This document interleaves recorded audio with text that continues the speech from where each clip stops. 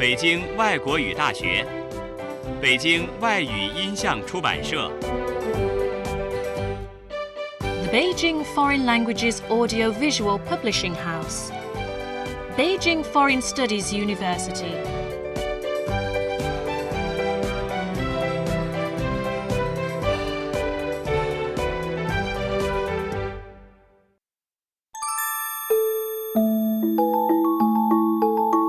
《轻松英语名作欣赏》，理智与情感。Sense and Sensibility.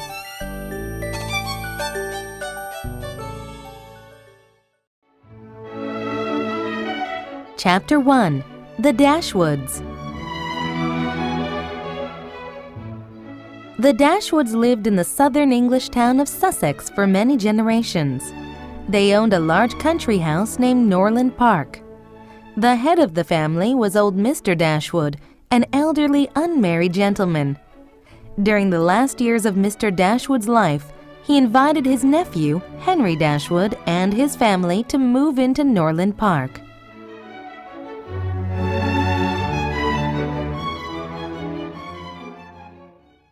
Henry Dashwood had one son, John, by his first wife, and 3 daughters by his present wife. John was a young man who had received a large inheritance from his mother. The Norland fortune was not as important to John as it was to his sisters, who had little money of their own. When old Mr. Dashwood died, Henry learned that his uncle had not left the fortune to him, but rather for him to use during his lifetime.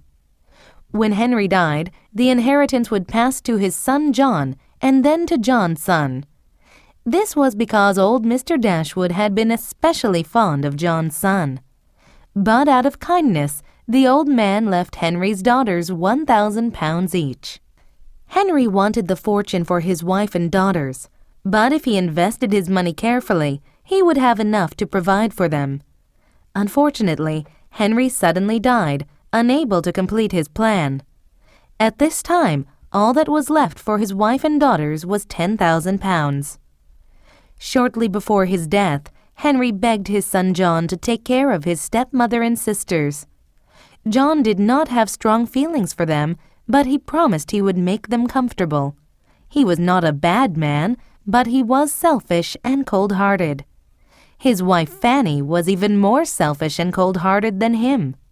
As soon as Henry was buried, Fanny came to Norland Park uninvited.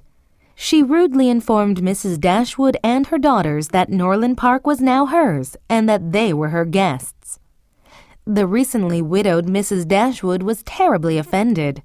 She would have left the estate immediately if her eldest daughter had not begged her to reconsider.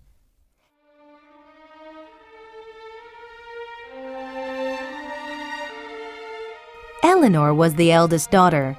She possessed great intelligence and common sense. She was only 19, but she frequently advised her mother on important matters. Eleanor had an excellent sense of self-control, which her mother and her younger sister Marianne lacked. Like Eleanor, Marianne was generous, clever, and sensitive. But she had very strong emotions, which she was unable to hide. She was much like her mother. The youngest sister, Margaret, was a sweet 13-year-old who shared Marianne's emotional sensibility, but none of her intelligence. One day, John Dashwood reminded his wife of the promise he'd made to his dying father and said he wanted to give each of his sisters £1,000. However, Fanny disapproved of this gift. "You'll be taking £3,000 out of our son's future inheritance," she said. "And you're only related to them by half-blood.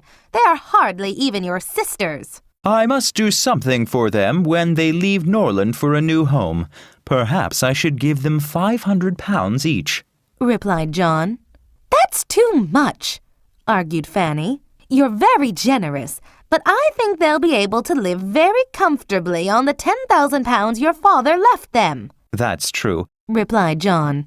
"Why don't I just give my stepmother £100 every year?" "Yes, but I don't think your father meant for you to give them any money at all," replied Fanny. I think he wanted you to find them a small, comfortable house to live in, to help them move, and perhaps to send them an occasional basket of fish or meat. They don't need a carriage or horses, and only 1 or 2 servants. It would be foolish to give them any more. I think you're absolutely right, said John. Now I understand what my father meant. He decided to offer the assistance his wife suggested. Meanwhile, Henry's widow, Mrs. Dashwood, wanted to leave Norland as soon as possible. Mrs. Dashwood had come to strongly dislike her daughter-in-law. The only reason she stayed at Norland was because her eldest daughter, Eleanor, had formed a strong relationship with Fanny's brother, Edward Ferrars. Edward's father had died and left behind a lot of money. But Edward was not sure if he would receive the large inheritance. It depended on his mother's wishes. But Mrs. Dashwood didn't care about his money. He and her daughter seemed to love each other. Edward Ferrars was not handsome or especially gentlemanly. He was shy with a kind heart. His mother and sister wanted him to be a great man in society, but he was not ambitious. All he wanted were the comforts and quietness of private life. His younger brother Robert had greater potential. Edward and Eleanor will most likely be married in a few months, Mrs. Dashwood told Marianne. Don't you approve of Edward? He has no fire in his eyes. He doesn't seem to have any taste in books or music. Oh, how will I ever find a man I can truly love? Worried Marianne. You're only 17, laughed Mrs. Dashwood. It's too early for you to lose hope. Eleanor had a very high opinion of Edward, but she was not sure she wanted to marry him. He often seemed strangely depressed, and she feared he thought of her only as a friend. But Marianne and her mother had no such doubts. They believed love could solve all problems. Marianne thought it was terrible when her sister described her feelings for Edward as respect rather than love. Like him? Respect him? Oh, cold-hearted Eleanor, why are you ashamed to express your love? Fanny also noticed the attachment between her brother and Eleanor. It made her uneasy. She told her mother-in-law, Mrs. Dashwood, My mother and I expect Edward to marry well.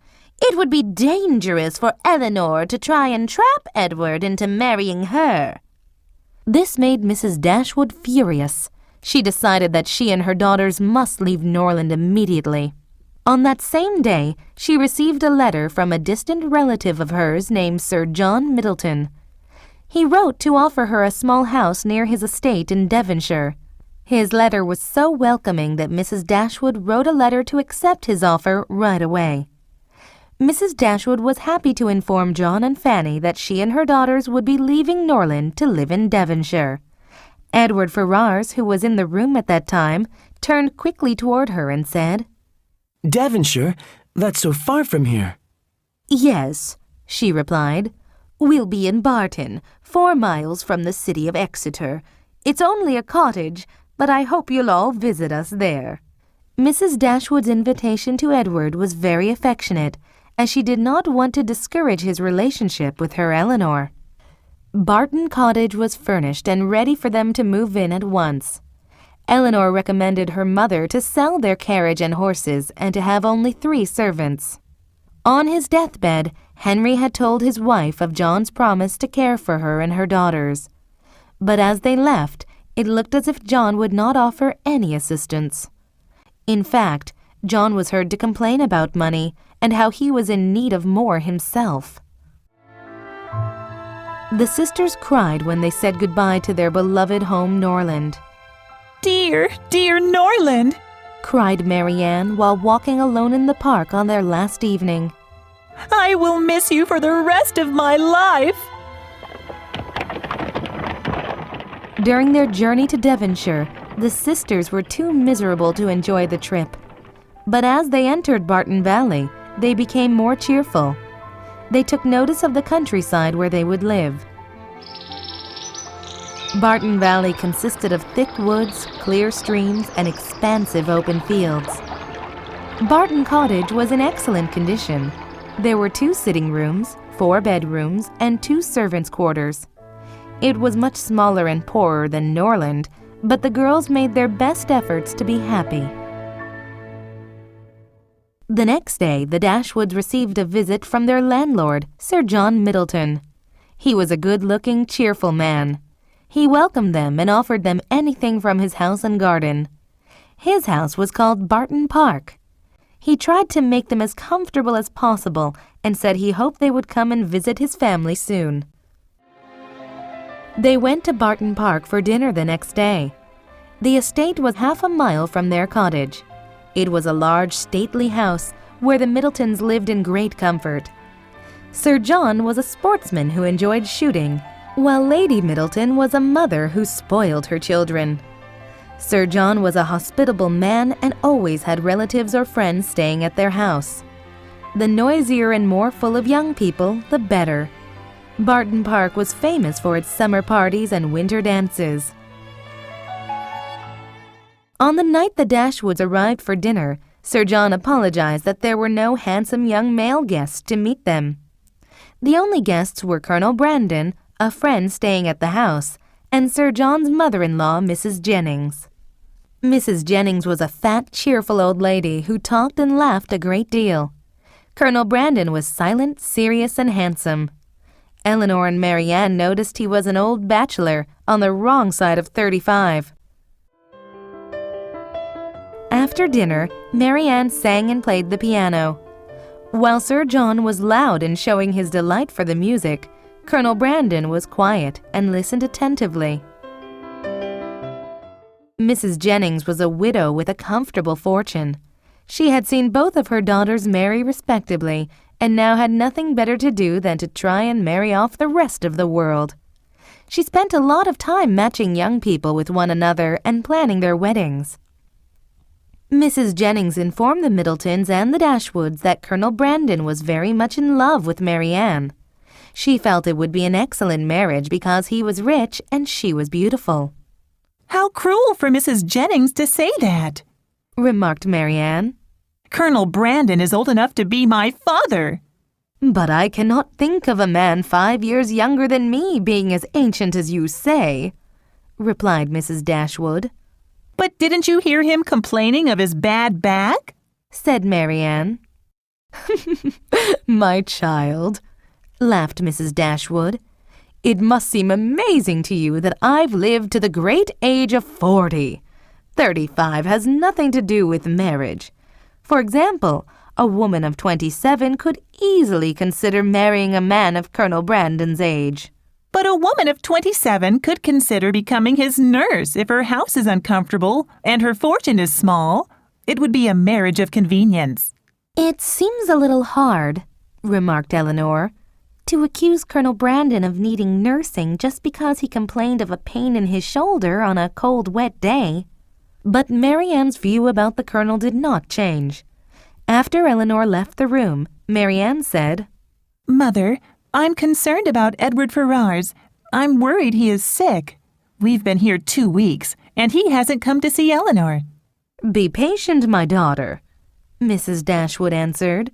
I don't expect him so soon, and Eleanor doesn't either. It is so strange, exclaimed Marianne. How cold and calm their last goodbyes were. Eleanor is so self-controlled, never sad or restless or miserable. I don't understand her.